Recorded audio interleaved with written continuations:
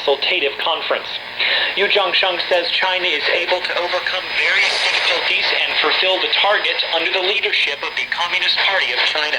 我们始终坚信，有中国共产党的 We firmly believe that with the strong leadership of CPC, the advantages of socialism with Chinese characteristics, and with rich economic basis achieved after the People's Republic of China was founded, especially we're able to build a well-loved society in all respects.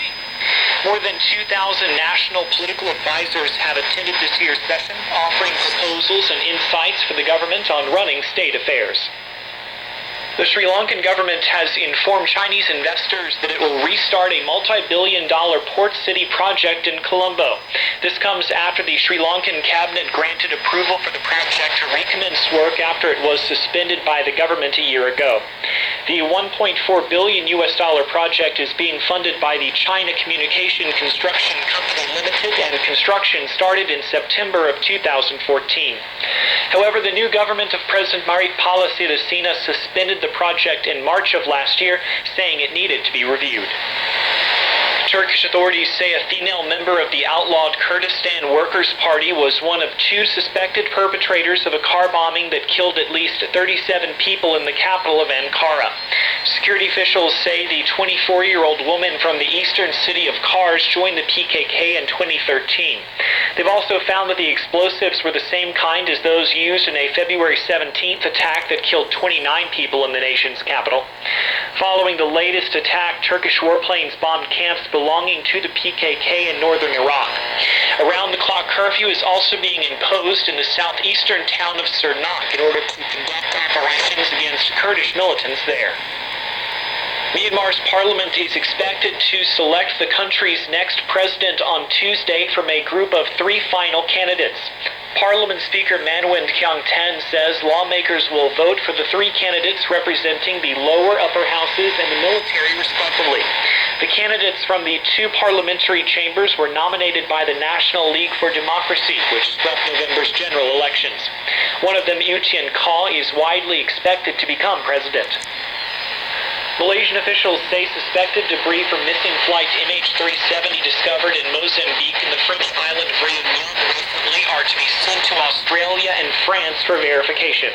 A piece of debris suspected to be part of the horizontal stabilizer that washed ashore in Mozambique has been brought to Malaysia for preliminary analysis. Another piece was reported to be found in Mozambique by South African holidaymakers. Suspected debris found in the French overseas Réunion Island, where a wing part called flaperon was discovered last year, would be transferred to France to be verified by French authorities. Chinese transport authorities have pledged to press ahead with reforms in the taxi industry as part of efforts to foster a new driving force for the economy. Minister of Transport Yang Chuan-tong says they have drafted 2 documents on deepening taxi reform and the management of online car booking. The minister also criticized subsidies car-hailing applications are offering to their users, pledging to better regulate for-profit rides by private cars. China's most popular car-hailing app, Didi Kuaidi, has been offering subsidies to drivers and passengers in order to gain a bigger market share.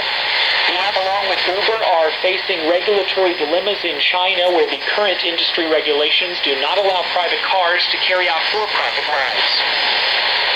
China's top economic planner says the government will open wider its market to private capital and loosen restrictions on foreign enterprises. This is aimed at giving firms incentives to produce better products and improve services in a bid to persuade the country's growing middle classes to spend their money inside the country rather than abroad. The National Development and Reform Commission says Chinese spent 1.2 trillion yuan, or about $185 billion overseas last year. And that's the latest from CRI News. I'm Spencer Music.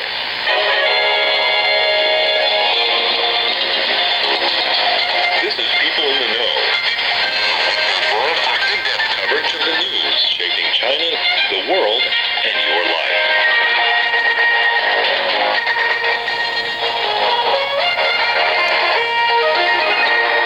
China's judicial authorities have delivered their annual reports to lawmakers during the country's top legislative meeting.